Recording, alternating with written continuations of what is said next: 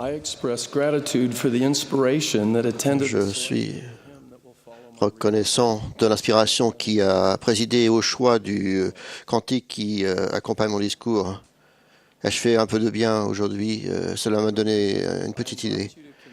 Je vous invite, mes frères et sœurs, à réfléchir à des expériences que tous ou presque tous nous avons eues en rapport avec la lumière. La première a lieu lorsque nous entrons dans une pièce sombre et que nous appuyons sur l'interrupteur. Rappelez-vous comme la pièce est immédiatement remplie d'une lumière vive qui fait disparaître l'obscurité. Ce qui était auparavant invisible et indistinct devient net et visible. Cette expérience se caractérise par une reconnaissance immédiate et intense de la lumière. La deuxième expérience a lieu lorsque nous regardons la lumière de l'aube. Vous rappelez-vous l'augmentation lente et presque imperceptible de la lumière à l'horizon? Contrairement à la lumière allumée dans une pièce sombre, celle du lever du soleil ne jaillit pas immédiatement. Non, l'intensité de la lumière augmente graduellement et progressivement, et l'obscurité de la nuit est remplacée par l'éclat du matin. Et enfin, le soleil se lève à l'horizon. Mais la preuve visuelle de l'arrivée imminente du soleil est visible des heures avant que le soleil n'apparaisse à l'horizon. Cette expérience se caractérise par un discernement subtil et progressif de la lumière. Nous pouvons beaucoup apprendre sur l'esprit de révélation à partir de ces deux expériences ordinaires avec la lumière. Je prie pour que le Saint-Esprit nous inspire, nous instruise, tandis que nous nous concentrons maintenant sur l'esprit de révélation et les formes fondamentales sous lesquelles on reçoit la révélation. La révélation est la communication de Dieu à ses enfants sur la terre est l'une des grandes bénédictions associées au don et à la compagnie constante du Saint-Esprit. Joseph Smith, le prophète, a enseigné, je cite, « Le Saint-Esprit est un révélateur, et nul homme ne peut recevoir le Saint-Esprit sans recevoir de révélation. » Fin de citation. L'esprit de révélation est accessible à quiconque reçoit, par l'autorité compétente de la prêtrise, les ordonnances salvatrices du baptême, par immersion, pour la rémission des péchés, et l'imposition des mains pour le don du Saint-Esprit, et qui agit avec foi pour obéir à l'injonction de la prêtrise. Recevez le Saint-Esprit. Cette bénédiction n'est pas limitée aux autorités présidentes de l'Église. Elle appartient, au contraire, et doit être en vigueur dans la vie de chaque homme, femme et enfant qui a atteint l'âge de responsabilité et contracte des alliances sacrées. Le désir sincère, la dignité, invite l'esprit de révélation dans notre vie. Joseph Smith et Oliver Cowdery ont acquis une expérience précieuse avec l'esprit de révélation lorsqu'ils ont traduit le livre de Mormon. Ces frères ont appris qu'ils pouvaient recevoir toute la connaissance nécessaire pour accomplir leur travail s'ils demandaient avec foi, d'un cœur honnête, croyant qu'ils recevraient. Et avec le temps, ils ont mieux compris que l'esprit de révélation opère de manière générale sous la forme de pensées et de sentiments qui se présentent dans notre esprit et notre cœur par le pouvoir du Saint-Esprit. Comme le Seigneur le leur a enseigné, or voici, c'est là l'esprit de révélation. Voici, c'est là l'esprit par lequel Moïse fit traverser aux enfants d'Israël la mer Rouge à pied sec. Je souligne l'expression « utilise-le » concernant l'esprit de révélation. Dans les Écritures, l'influence du Saint-Esprit est souvent décrite comme un murmure doux et léger et une voix d'une douceur parfaite. Puisque l'Esprit murmure doucement et délicatement, il est facile de comprendre pourquoi nous devons fuir les médias inconvenants, la pornographie, les substances et les comportements dangereux qui créent une dépendance. Ces outils de l'adversaire peuvent affaiblir et finir par détruire notre capacité de reconnaître les messages subtils de Dieu donnés par le pouvoir de son esprit et d'y réagir.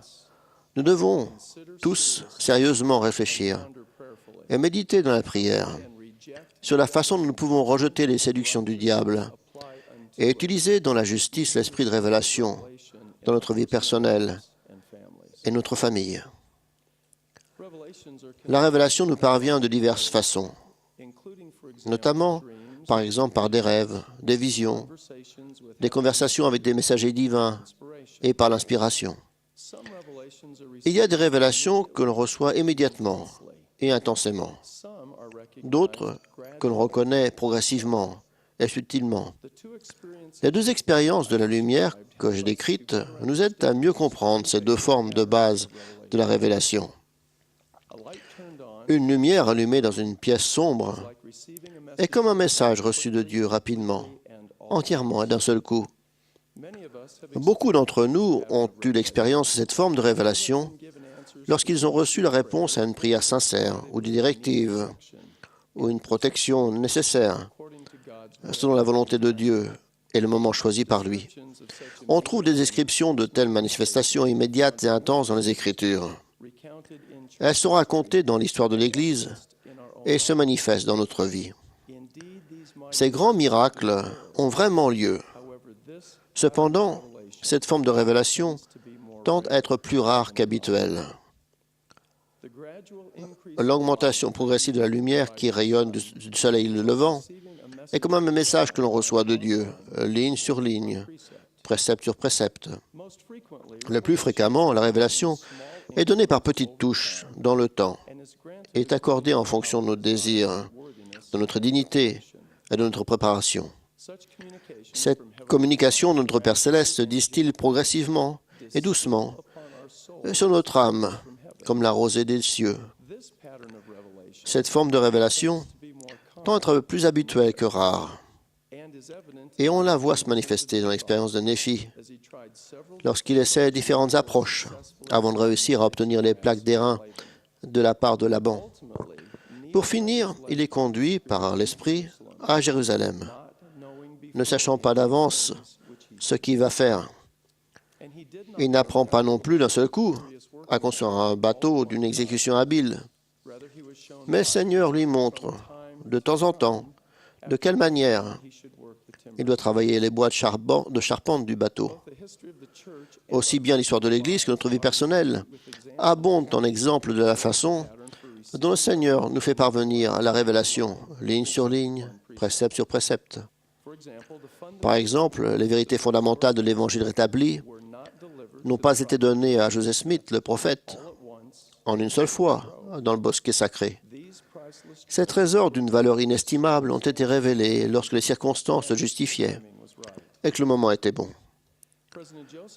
Joseph S. Smith explique comment cette forme de révélation s'est produite dans sa vie. Je le cite. « Dans ma jeunesse, je demandais souvent au Seigneur de me montrer quelque chose de merveilleux pour que je puisse recevoir un témoignage. Mais le Seigneur m'a refusé les miracles et m'a montré la vérité ligne sur ligne, jusqu'à me faire connaître la vérité du sommet de ma tête à la plante de mes pieds, et jusqu'à ce que le doute et la peur n'aient plus du tout de place en moi. Il n'a pas eu besoin d'envoyer un ange des cieux, ni de me parler avec la trompette d'un archange pour cela. C'est par les murmures doux et légers de l'Esprit du Dieu vivant qu'il m'a donné le témoignage que je possède. Et c'est par ce principe et ce pouvoir qu'il donnera à tous les enfants des hommes une connaissance de la vérité qui leur restera. Et cela leur fera connaître la vérité, comme Dieu la connaît, et faire la volonté du Père, comme le Christ l'a fait. Jamais les manifestations miraculeuses, aussi nombreuses soient-elles, ne pourront conduire à pareil résultat. » Fin de citation. Nous, les membres de l'Église, nous avons tellement tendance à mettre l'accent sur les manifestations spirituelles merveilleuses et spectaculaires que nous risquons de ne pas apprécier, et même de ne pas remarquer, les formes habituelles sous lesquelles le Saint-Esprit accomplit son œuvre. La simplicité même du moyen par lequel nous recevons de petites impressions spirituelles, par touches progressives, qui avec le temps et dans la totalité constituent la réponse désirée et l'orientation dont nous avons besoin, peut nous faire regarder au-delà du point marqué.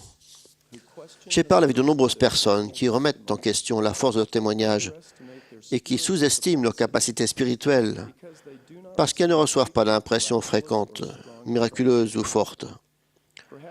Lorsque nous réfléchissons à l'expérience de Joseph dans le bosquet sacré, de Paul sur la route de Damas et d'Alma le jeune, nous en arrivons peut-être à croire que quelque chose ne va pas ou nous manque si nous n'avons pas dans notre vie ces exemples célèbres et spirituellement frappants. Mes frères et sœurs, si vous avez eu des pensées ou des doutes semblables, sachez, je vous en prie, que vous êtes tout à fait normaux. Continuez simplement à avancer résolument dans l'obéissance et avec foi au Sauveur. Si vous agissez ainsi, vous ne pouvez faire fausse route.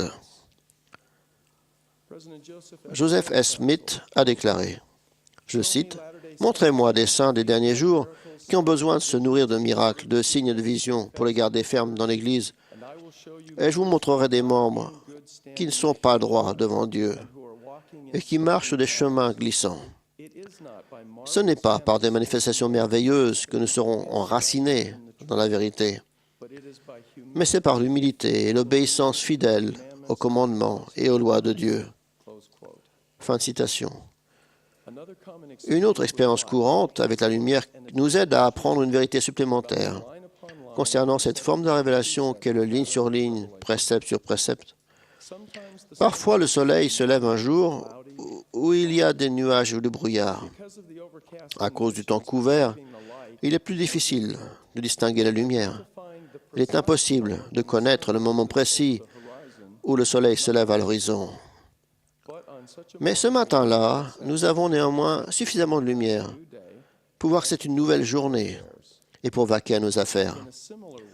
De même, nous recevons de nombreuses fois la révélation sans savoir précisément comment ou quand nous la recevons.